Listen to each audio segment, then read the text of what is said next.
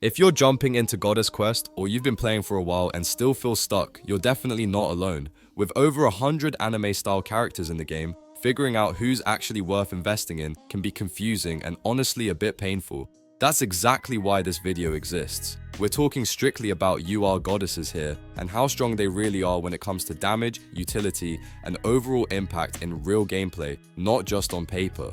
In this tier list, I'll break down which characters can hard carry you through PvE content like dungeons and towers, and which ones truly shine in PvP matchups. We're looking at meta viability, scaling over time, and how flexible each goddess is in different team comps. So whether you're planning your next summon, wondering who to build next, or just curious about the current meta, sit back and let's rank the strongest goddesses in Goddess Quest together. I'm quickly moving on to the video and I'm ranking characters in Goddess Quest. Before we start, if you enjoy these types of list videos, don't forget to like the video and subscribe. Enjoy watching. My friends, only 0.1% of viewers subscribe. If you like this type of content, please do not forget to subscribe to the channel. Thank you in advance for your support. The characters in this tier are, in order from top left to bottom right, Bonaire, Chloe, and Frost Star. You know that awkward moment when a character sounds good on paper, but the moment you actually use them, reality hits you hard? Yeah. Welcome to the D tier, the place where good intentions go to retire. These are the Goddess Quest characters that technically work, but only if you really enjoy struggling more than necessary. Let's break them down one by one, and yes, we're doing this gently, Nasli. First up is Bonaire, and honestly, this one hurts a little.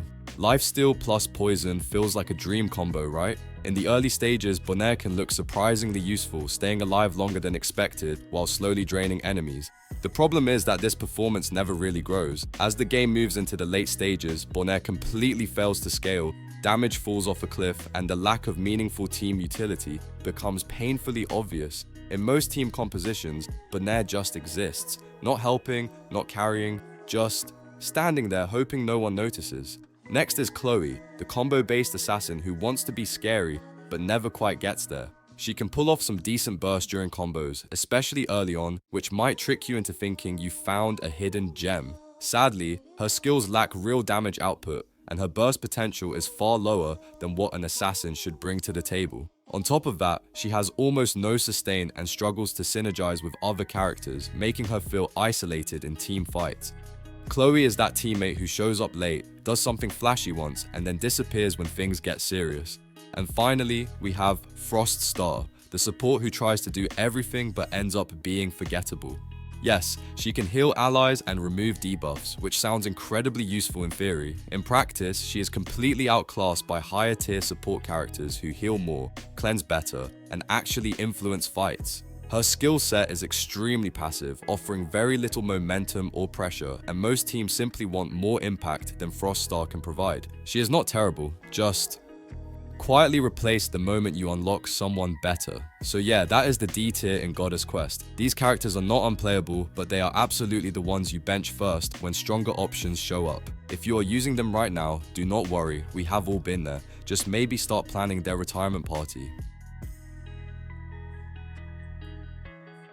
The characters in this tier are, in order from top left to bottom right, Cadley, Puro, Daisy, Emshu Kuzunoha, and Yuna. Some characters do not completely disappoint you, but they also never make you excited either. They sit right in that strange middle ground where you keep saying, they're not bad, but why am I still using them? That is exactly where the C tier units live in Goddess Quest. They have clear ideas, a few decent mechanics, and just enough usefulness to survive early and mid-game before better options politely push them aside. Let's start with Cadley. On paper, applying silence every time skills hit sounds incredibly annoying for the enemy, and the curse-based damage across most of Cadley's kit feels like it should add up over time. The issue is not that Cadley is weak, but that other characters simply do the same jobs better. If you want silence, there are stronger controllers. If you want curse damage, there are more reliable damage dealers. Cadley ends up being flexible but forgettable, which is never a great place to be. Then we have Puro, the definition of patience. Puro can inflict shock and constantly shield itself, which makes this unit surprisingly good at stalling and dragging fights longer than anyone asked for. If your strategy is to slowly exhaust the enemy while refusing to die, Puro understands the assignment. Unfortunately, the damage output is extremely low, and the damage per second is almost non-existent. You are not winning fights with Puro, you are just making sure they take forever. Next up is Daisy, who starts strong and then quietly fades into the background. Beginning battles with initial rage gives Daisy a nice early advantage, letting her fire off skills faster than most units. The problem is that this early momentum does not turn into real burst scaling. As fights go on, Daisy falls off quickly, and without meaningful damage growth, she struggles to stay relevant once enemies get tankier.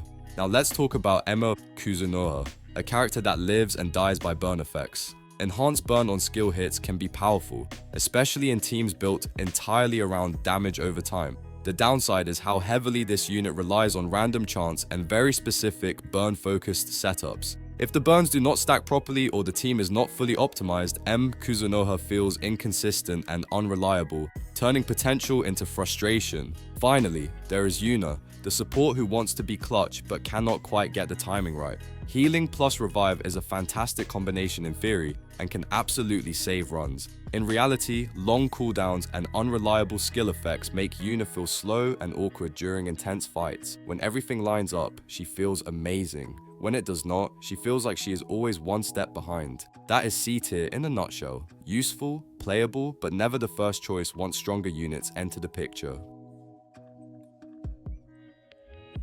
The characters in this tier are, in order from top left to bottom right, Bradley, Aurora, Arabelle, Misty, and Hera. B tier is where things finally start to feel respectable. These units are not embarrassing, they are not desperate picks, and they can absolutely carry their weight in the right situations. That said, they still come with clear limitations, which is why they sit just below the top performers in Goddess Quest. Think of B tier as the solid but replaceable group. Let's kick things off with Bradley. Rage Drain is always scary, and Bradley does it well, especially in control-focused team compositions. Shutting down enemy skill usage can completely disrupt their game plan, and Bradley shines when paired with other crowd control units. The downside is simple, the damage is not there. Bradley controls the fight, but rarely finishes it, meaning you need strong damage dealers elsewhere to actually close things out. Next up is Aurora, the definition of a reliable support. She heals consistently and reduces incoming damage, making her a safe and comfortable pick as a basic healer. If you need stability, Aurora delivers. The problem is competition. When characters like Lorelei or higher tier supports exist, Aurora starts to feel like a temporary solution rather than a long-term investment. She works, she just does not stand out. Then we have Arabelle, bringing area of effect poison and respectable mid-range damage. Against grouped enemies, Arabelle can spread damage efficiently and slowly wear teams down. Unfortunately, her effectiveness is inconsistent. Sometimes the poison pressure feels meaningful, and other times the damage per second simply is not enough to matter. Arabelle sits in that awkward spot where she helps but never fully dominates. Misty is all about endurance. With her unyielding effect, she can sustain herself through long battles and is especially useful in extended boss fights where survival matters more than speed. She refuses to go down easily, which is always valuable.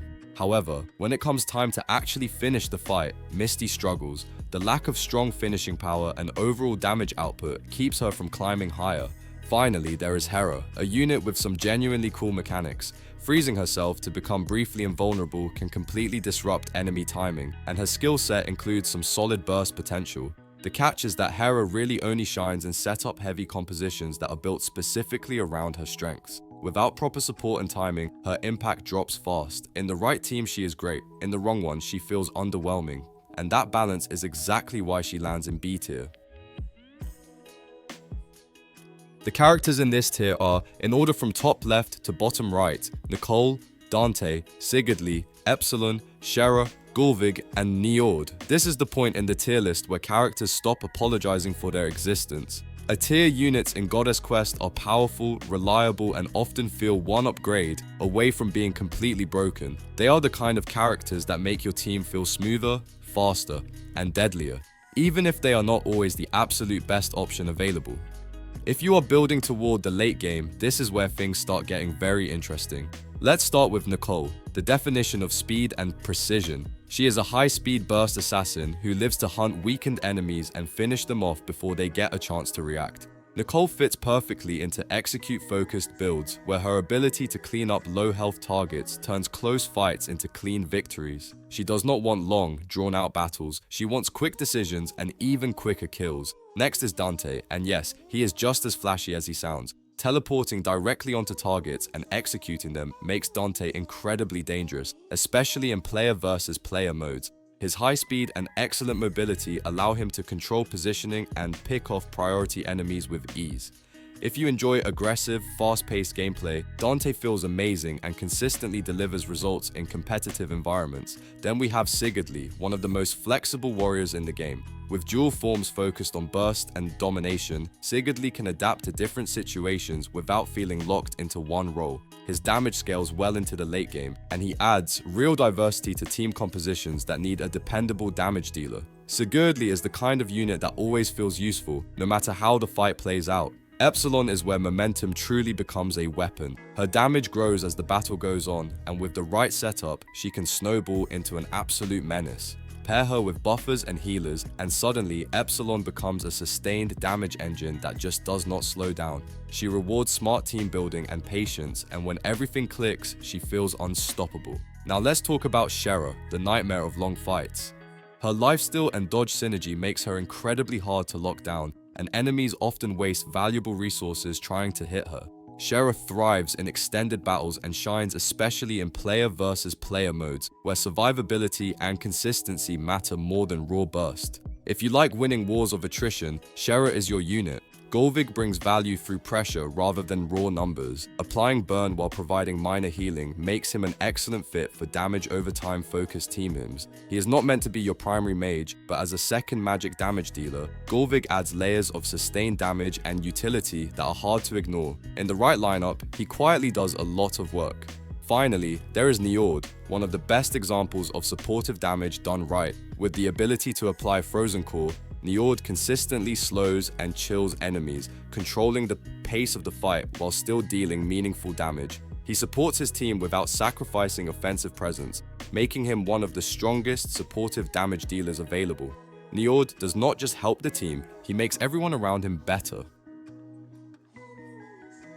The characters in this tier are, in order from top left to bottom right, Nidhogg, Tsubasa, Siyi, Cottonwood, Mira, Utega, Labis, Lorelle, Raid, Rin, and a Leviathan. This is where the game stops being polite and starts being brutal. S-tier units in Goddess Quest are not just strong, they actively reshape how battles are played. When one of these characters hits the field, the entire flow of the fight bends around them. If you ever wondered why some teams feel unstoppable, chances are at least one of these monsters is involved. Let's start with Nidhogg, the definition of controlled destruction. His curse-based debuffs weaken enemies before the damage even begins, and when his massive area of effect burst lands, entire teams simply disappear. Thanks to his extremely high ultimate uptime, Nidhogg dominates boss fights and melts high health targets with terrifying consistency. If you need a top-tier boss killer, this is the benchmark. Next up is Tsubasa, a warrior that punishes mistakes harder than almost anyone else. His counterattacks are brutally efficient, turning enemy aggression into self-inflicted damage. Once targets drop to low health, Tsubasa finishes the job with clean executions. In player versus player modes, he is an absolute menace and easily one of the strongest warrior picks available.